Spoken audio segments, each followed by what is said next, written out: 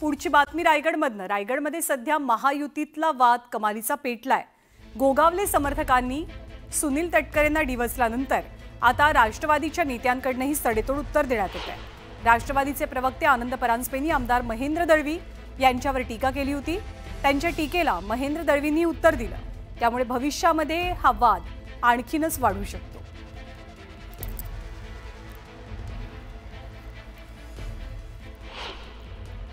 प्रांताध्यक्ष खासदार सुनील तटकरे साहेब तर 2029 ला पुन्हा एकदा रायगडचं नेतृत्व करून लोकसभेला विजयी होतीलच। पण ज्या रुमालाचा उल्लेख आपण केलात त्या रुमालाने आपला चेहरा लपवून आपल्याला पुढचं आयुष्य जगायला लागणार नाही ना, ही रायगडची जनता तुमच्यावर वेळ आणेल। आणि महेंद्र थोरवेंचं तर मला खास करून आश्चर्य वाटतं। बाळासाहेबांचे संस्कार नाहीत पण तुमचे डान्स बारचे संस्कार टेबलवर नाचताना अखंड भारताने गुवाहाटी इथे बघितलेले आहेत। त्यामुळे महेंद्र दळवी, महेंद्र थोरवे आपल्या औकातीत राहा आणि पुन्हा प्रांताध्यक्ष खासदार सुनील तटकरे यांच्या नादाला लागू नका। या रायगडमध्ये तटकरेंनी अनेकांना अनेक वेळा फसवलेत। प्रामाणिकपणे आम्ही यावेळेला त्यांना निवडून दिलं, त्यानंतर आम्हाला पाण्यात देखील षडयंत्र रचलं। हे त्रिवार सत्य आहे आणि म्हणून त्यांचे आता प्रवक्ते त्याला उलट हे सांगतात। परांजपे कोण? परांजपे त्या परांजपेची काय लायकी आहे? आम्ही बोलतो दीड दमडीचा परांजपे असं तर काय वावगं ठरणार नाही आहे। हे पाळलेले सगळे प्राणी आहेत त्यांनी तटकरेंनी बोलावं याच्यावरती ना त्रिवार सत्य असेल। आणि तटकरे माझं चॅलेंज आहे की अशा एखाद्या व्यासपीठावर आम्ही डिबेटला मी तयार आहे की सत्य काय रायगडवासियांना कळलं पाहिजे। आणि पुढची बातमी संजय शिरसाट यांच्याशी संबंधित आहे। राज्याचे सामाजिक न्यायमंत्री संजय शिरसाट यांच्या मुलानं विट्स हॉटेल लिलाव प्रक्रियेत सहभाग घेतल्यानंतर विरोधकांकडून आरोपांच्या फैरी झाडल्या गेल्या। मूळ किमतीपेक्षा बऱ्याच कमी पैशांमध्ये हा व्यवहार झाल्यामुळे ही प्रक्रिया बेकायदेशीर असल्याचा आरोप करत विरोधी पक्षनेते अंबादास दानवे आणि संजय राऊत यांनी टीका केली। त्यानंतर आता शिरसाट यांनी या लिलाव प्रक्रियेतनं माघार घेतली आहे। मात्र त्यापूर्वी त्यांनी विरोधकांना जोरदार प्रत्युत्तर दिलं। 37 कोटींची जी रक्कम सांगितली गेली होती ती कोर्टानंच सांगितल्याचं शिरसाट यांच्याकडनं स्पष्ट करण्यात आलं। सोबतच या लिलावातनं आपण माघार घेत असल्याचंही शिरसाट यांनी जाहीर केलंय। आज माझ्या मुलांना आणि त्याच्या साथी पार्टनरना सांगतोय विड्रॉ व्हा त्याच्यातून। आणि हे जे नाकानी बोलत होते ना पुन्हा टेंडर येत आहे तुम्ही भरा, माझे पैसे गेले असतील त्याच्यात 10-15 लाख रुपये जाऊ द्या, परंतु तुम्ही हे केलेलं पाप तुम्हाला हे फेडावं लागेल। संजय शिरसाट मी घराला आग लावायला कमी करणार नाही, एवढा मी चक्रम आहे थोडा। सोडून द्या, अरे कोण शिरसाट, सोडून द्या चला, असे खूप येतात आणि जातात।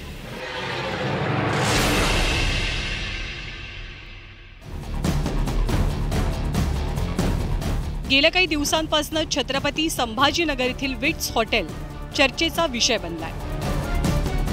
काही दिवसांपूर्वी या हॉटेलची लिलाव प्रक्रिया पार पडलेली, त्यात संजय शिरसाट यांच्या मुलानं सहभाग घेतला। 110 कोटींचं हे हॉटेल शिरसाटांच्या मुलानं 67 कोटी रुपयांमध्ये खरेदी केल्याचा आरोप विरोधकांनी केला आणि आरोपांची राळ उडवून दिली। त्यावर पत्रकार परिषद घेत संजय शिरसाट यांनी प्रत्युत्तर दिलंय। जी 37 कोटींची रक्कम सांगितली गेली ती कोर्टानंच सांगितल्याचं त्यांनी स्पष्ट केलं। सोबत या लिलावातनं आपण माघार घेत असल्याचं त्यांनी जाहीर केलं।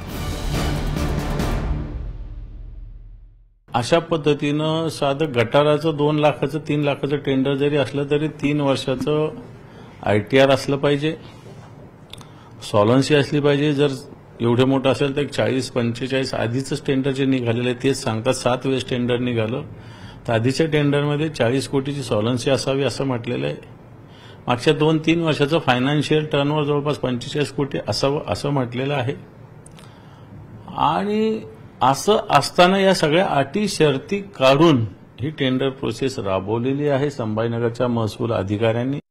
मी उद्या माझ्या मुलाला ते टेंडरची जे काय प्रोसेस आहे पत्र द्यायला लावतोय, त्या प्रकरणातून बाजू होतोय आणि जे 110च्या गप्पा करतात त्यांना सांगतोय आता तुम्ही घ्या पेढे घेऊन मी तुमच्या घरी येईल।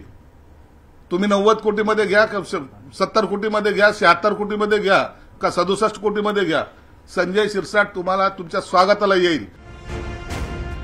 संजय शिरसाट यांच्याकडे इतके पैसे आले कुठून असा सवाल विरोधकांनी विचारला. त्यावर बँका लोन देण्यासाठी माझ्या दारात येतात असं शिरसाट म्हणाले. तर हा राजकीय दबाव असल्याचा टोला अंबादास दानवेंनी लगावलाय. तुमची लायकी नसल्यामुळे बँक तुम्हाला उभं करत नाही. संजय शिरसाट कधी बँकेच्या दारात गेला नाही, पण लोन देणारे माझ्या दारात येऊन मला लोन देतात. इथं जिथं बसलोय ना, 5 कोटी रुपयाची फाईल त्यांनी सिग्नेचर केली मी बँकेची लोनची, इथं येऊन सहाय्य केला. हे याला इज्जत कमवावी लागते.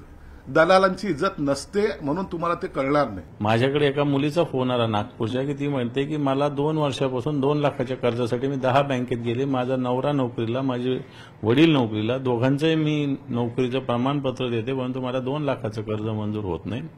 आणि एकीकडे या मंत्र्याच्या मुलाचं आणि त्याच्या पार्टनरचं 40-45 कोटी रुपये कर्ज एका दिवसात बँका त्यांच्या घरी येतात. ही राजकीय दबावशिवाय होऊ शकत नाही.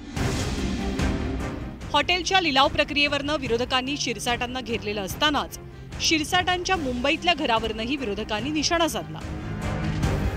त्यावर राजकारण करताना समोरासमोर करा, कुटुंबाचा वापर करून कुणीही आरोप करू नये, आपल्या नादाला लागाल तर परिणाम वाईट असतील असा इशाराच शिरसाट यांनी आपल्या विरोधकांना दिलाय. संजय शिरसाट यांचं आतापर्यंत जे सगळं काम आहे, त्याशिवाय काही ते बातरवा माळ्यावर राहायला गेले मुंबईत? शिवसेनेमुळेच गेले ना. मुंबईमध्ये 72व्या माळ्यावर आम्ही पण राहत नाही. ग्रामीण भागातले एक तरुण मुंबईमध्ये 72व्या माळ्यावर राहतो. ही बाळासाहेब ठाकरेंचीच कृपा आहे, शिवसेनेची कृपा आहे. धंद्यासाठी, एक व्यवसायासाठी उभा राहणाऱ्याला जो खोडा टाकलेला आहे, तुमची इतरांची दलाली करण्यामध्ये तुमचं जे आयुष्य गेलेलं आहे, तुम्हाला याचे भोग भोगावे लागतील. यापुढे जर वैयक्तिक जर तुम्ही आरोप करायची सुरुवात ठेवली तर मला सुद्धा सर्व माहिती आहे. सर्व तुमच्या स्टोऱ्या माझ्याकडे आहेत. आणि ज्या दिवशी मी त्या काढायला सुरुवात करेल, संजय शिरसाट मी घराला आग लावायला कमी करणार नाही. एवढा मी चक्रम आहे थोडा. संजय राऊतांवर हे सगळे आरोप, त्यांच्या मुलाबाळावरचे, त्यांच्या मुलीच्या लग्नातले फुलाची सजावट करणाऱ्याची सुद्धा इन्क्वायरी होऊन गेलेली. त्यामुळे तुम्ही सुद्धा काय काय केले मला तर सांगण्याची आवश्यकता नाही. एकूणच एका हॉटेलच्या लिलावापासून सुरू झालेला हा सगळा वाद आता एकमेकांच्या घरांपर्यंत येऊन ठेपलेला पाहायला मिळतोय. Bureau report, news 18 Lokmat. दरम्यान पाकिस्तानला संवेदनशील माहिती पुरवल्याप्रकरणी आरोपी रवी वर्माला 30 मे रोजी पोलिसांनी अटक केलेली होती. ठाण्यातील कळवा परिसरामध्ये राहणाऱ्या रवी वर्माची आज पोलीस कोठडी संपणार होती. त्याला आज ठाणे कोर्टामध्ये हजर करण्यात आलेलं आहे आणि ठाणे कोर्टाने रवीला 5 जूनपर्यंत पुन्हा एकदा कोठडी सुनावलेली आहे. रवी वर्माने मुंबईतील नौदल डॉकयार्डच्या स्थानकाची माहिती जी आहे ती पाकिस्तानी गुप्तचर संस्थांना पाठवल्याचं समोर आलेलं होतं आणि फेसबुकच्या माध्यमातून पाकिस्तानी एजंटना संवेदनशील ठिकाणचे अनेक नकाशे पाठवण्यात आल्यामुळे ठाणे एटीएसच्या टीमने रवी वर्माची चौकशी केलेली होती आणि त्यानंतर पोलीस कोठडी मागितली आहे. तर रवी तपासामध्ये सहकार्य करत नसल्याचा तपास यंत्रणांनी दावा केलेला आहे. तर रवीने हेरगिरी पैशांसाठी केल्याचा तपास यंत्रणांना संशय आहे. दरम्यान सरकारी वकिलांनी ज्या पद्धतीने बाजू मांडली, मात्र यामध्ये कुठलेही सबळ पुरावे नसल्याचं आरोपीचे वकील राजहंस गिरासे यांनी सांगितलेलं आहे. आरोपी रवी वर्माच्या वकिलांची बातचीत केली आमचे प्रतिनिधी प्रेम मोरे यांनी. नोव्हेंबर 2024 पासून हा प्रकार चालू होता. नोव्हेंबर 2024 नंतर ते मे 2025 पर्यंत मी म्हणजे आरोपीने पूर्ण प्रकारे सहकार्य केलेलं आहे या गोष्टींना. आणि पोलिसांना जे तपासात हव्या असणाऱ्या गोष्टी होत्या, माझा मोबाईल होता किंवा डायरी होती, या सर्व गोष्टी मी पोलिसांना सुपूर्द केलेल्या आहेत. म्हणून आता पोलीस कस्टडीची मला कुठलीही गरज नाही. मला ज्युडिशियल कस्टडी होण्यात यावी. सर, कशा प्रकारे जे आहे पोलिसांकडनं, सरकारी वकिलांकडनं देखील सांगण्यात आलंय की आरोपीने जे आहे हेरगिरी करत भारतातील काही नकाशे देखील जे आहेत ते पाठवलेले आहेत किंवा काही ट्रान्झॅक्शन देखील झाल्याची जे आहे ते कोर्टात युक्तिवादादरम्यान समोर आलेलं आहे. ऍक्च्युली नकाशा वगैरे असला कुठलाही प्रकार आम्ही म्हणजे आरोपीने पाठवलेला नाहीये आणि त्या संदर्भात कुठलाही पुरावा कोर्टात तरी माझ्या समक्ष दाखल केलेला नाहीये. तर तो आता तपासाचा भाग आहे. पोलीस त्यात तपास करताच आहेत आणि आम्ही तपासाला पूर्ण सहकार्य करत आहोत. तर 8 दिवसांमध्ये नाशिकमध्ये राजकीय भूकंप होणार, ठाकरेंच्या शिवसेनेमध्ये राजकीय भूकंप होणार असं मंत्री गिरीश महाजन यांनी मोठा दावा केलेला आहे. शिवसेना उभाटामध्ये पुन्हा एकदा फूट पडणार का असा सवाल आता उपस्थित होतोय. महाजनांच्या दाव्यामुळे राजकारणामध्ये खळबळ बघायला मिळते.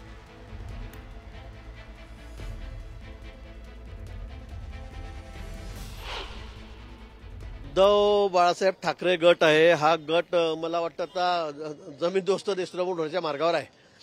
नाशिकला आता ते संघटनात्मक सगळ्या गोष्टींवर चर्चा करून गेले. त्यांच्याकडे तर तुम्ही बघा या 8 दिवसामध्ये कोण राहील कोण राहणार नाही म्हणून. त्या माणसाच्या बडबडीमुळे, त्या वागण्यामुळे सगळे लोक परेशान आहेत. मला वाटतं स्वतः उद्धवजी परेशान असतील, पण ते आउट ऑफ कंट्रोल झालेलं आहे. एकीकडे गिरीश महाजन यांनी मोठा दावा केलाय, तर दुसरीकडे नाशिकमधील उद्धव ठाकरेंच्या शिवसेनेचे उपनेते सुधाकर बडगुजर यांनी मुख्यमंत्री देवेंद्र फडणवीस यांची भेट घेतली आहे. संजय राऊत नाशिकमध्ये असतानाच सुधाकर बडगुजर मुख्यमंत्र्यांच्या भेटीला गेलेले, त्यामुळे राजकीय वर्तुळामध्ये चर्चांना उधाण आलंय. मात्र या भेटीवरती बडगुजर यांनी स्पष्टीकरण दिलंय. कामगार सेनेच्या वतीने निवेदन देण्यासाठी मुख्यमंत्र्यांना भेटल्याचं बडगुजर यांनी म्हटलंय.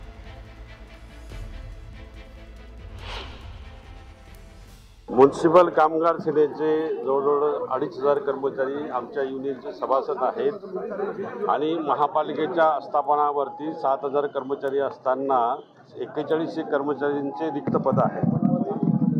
त्यामुळे ते रिक्त पद लवकर भरावेत, सिंहस्थाच्या दृष्टीने महत्त्वाचे आहेत. कर्मचाऱ्यांचे प्रश्न सोडवणे हे महत्त्वाची बाब आहे. काही क्लास 1, क्लास 2चे प्रमोशन झाले आहेत. क्लास 3, क्लास 4चे प्रमोशन बाकी आहेत. ते प्रमोशन लवकर व्हावेत, त्यासाठी आज निवेदन देण्यासाठी मी या ठिकाणी आलोय.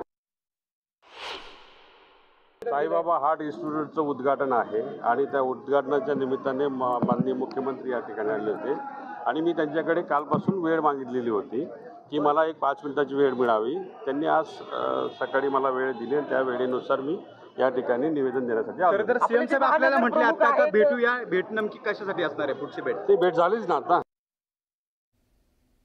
पुढची महत्त्वाची बातमी बघूया. लाडकी बहीण योजनेतील अपात्र महिलांची अनेक प्रकरणं समोर येत आहेत. या योजनेमध्ये अनेक चुका झाल्यात. सरसकट सर्वांना लाभ देणं चुकीचं होतं, अशी कबुली उपमुख्यमंत्री अजित पवारांनी दिली आहे. योजनेतील अर्जांच्या पडताळणीचं काम सुरू असून पुढे फक्त गरजू आणि पात्र महिलांना लाभ दिला जाईल, असंही अजित पवार यांनी स्पष्ट केलंय.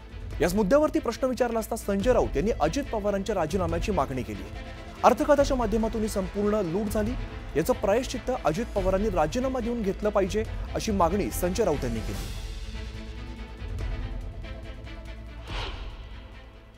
ज्यावेळेस आम्ही ही योजना आणली त्यावेळेस आमच्याकडे फार काळ कमी होता. तुम्हाला सगळ्यांना आठवत असेल की 2-3 महिन्यातच लगेच निवडणुका लागू होत्या. त्यावेळेस या सगळ्या गोष्टी तपासण्याच्या करता जेवढे वेळ पाहिजे होता तेवढा मिळाला नाही, तरी आपण आव्हान केलेलं होतं. आपल्याला असं वाटलं होतं की जे त्याच्यात बसत नाही ते अर्ज करणार नाही किंवा मागणी करणार नाही, परंतु काहींनी केलेलं आता दिलेले पैसे तर आम्ही काढून घ्यायचा प्रश्न येत नाही. अर्थ खात्यातून हा घोटाळा झालेला आहे. पैसे कोणी दिले? या राज्याचे पैसे लुटले कोणी? या राज्याचे पैसे तुम्ही लुटू दिलेत. लाडक्या बहिणींनी नाही तर लाडक्या भावांनी नावं बदलून महिलांची आपली स्वतःची नावं बदलून हा लाभ घेतलेला आहे. हजारो कोटी रुपयांचा, शेकडो कोटी रुपयांचा सरकारी कर्मचाऱ्यांनी हा लाभ घेतला आणि तुम्ही तो घेऊ दिलात. तुम्ही छाननी केली नाही, तुम्हाला माहिती आहे, पण तुम्हाला मतं पाहिजे होती आणि अर्थ खात्याच्या माध्यमातून ही लूट झाली संपूर्ण. याचं प्रायश्चित्त कोणी घेतला पाहिजे? हे काय सांगतायत?